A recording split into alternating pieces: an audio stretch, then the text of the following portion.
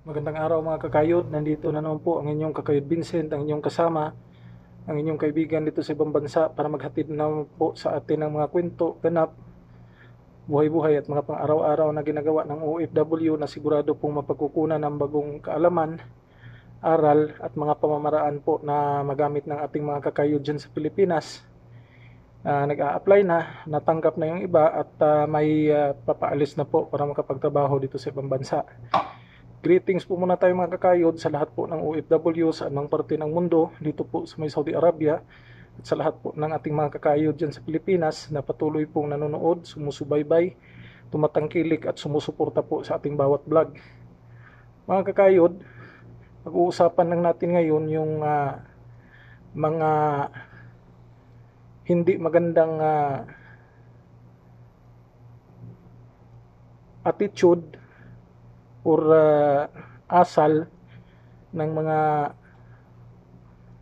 first timer na OFW para po hindi na po tularan ng mga nandyan pa sa Pilipinas na papaalis na rin para makapagtrabaho dito sa ibang bansa.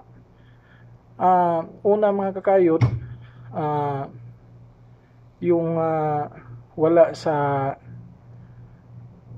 presence of mind.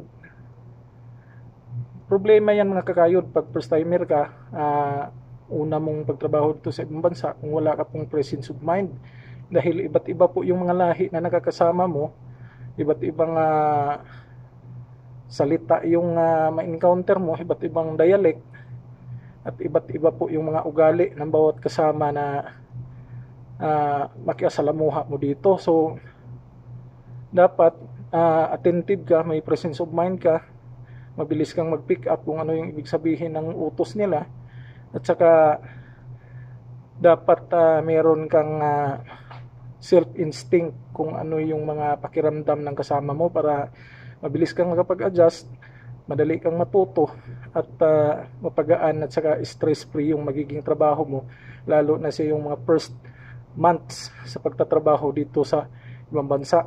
Pangalawa mga kakayod, yung alam na agad lahat. Kakarating mo pa lang, unang basis mo pa lang na magtrabaho dito sa ibang bansa, lagi ka nang nagsasabi na alam mo lahat. Paano mo maging alam lahat na unang salita mo pa lang dito, hindi mo pa alam yung sistema, hindi mo pa alam yung mga pamamaraan ng pagtatrabaho at pakikitungo sa bawat isa na bagong mga kasama mo. Kaya mga kakayod, lalo na sa mga baguhan na OFW na pupunta pa lang dito sa ibang bansa, lalo na dito sa Saudi Arabia, huwag yung gamitin yung pride nyo at saka yung pagiging perfectionist nyo sa sarili kung ano man yung nagiging posisyon nyo dyan sa Pilipinas. Dahil pagdating nyo dito, back to zero kayo. Kailangan yung mapagkumbaba, marunong makinig, tumatanggap kayo ng mga pagtuturo at saka mga advices, at kailangan yung kaibiganin ang lahat para makakuha kayo ng mga techniques at ikaw mismo magatuto paunti-unti hanggang sa maging gamay mo na yung trabaho mo dito, na isa din yun sa key ng pagiging successful mo na makatapos ka sa iyong kontrata ng 2 taon dito sa ibang bansa. Pangatlo mga kakayod, yung cellphone ng cellphone kahit nasa trabaho, video call kahit sinong kinakausap, at laging naka-earpiece kahit oras ng trabaho. Huwag niyong gawin yan pagbaguhan kayo, lalo na dito sa ibang bansa, dahil hindi po yan maganda sa tingin ng mga ibang lahi, lalo na sa mga amo natin. At nakaka-distract po yan sa trabaho. Kaya dapat disiplinahin ang sarili, gumamit lang ng cellphone pag break time,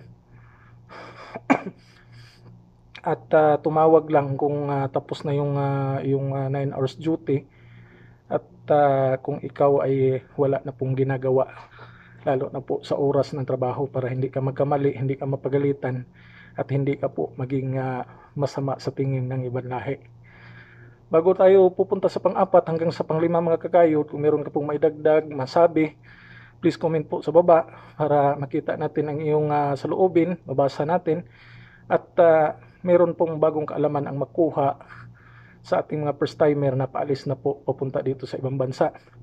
Kung bago ka man po sa ating channel, please like, subscribe, and hit the notification bell bilang suporta po sa ating channel. Pang-apat mga kakayod, yung pagiging buraot or makasarili or di kaya laging nanlalamang. Mga kakayod, baguhan ka, unang salta ka dito sa ibang bansa, lalo na dito sa Saudi Arabia.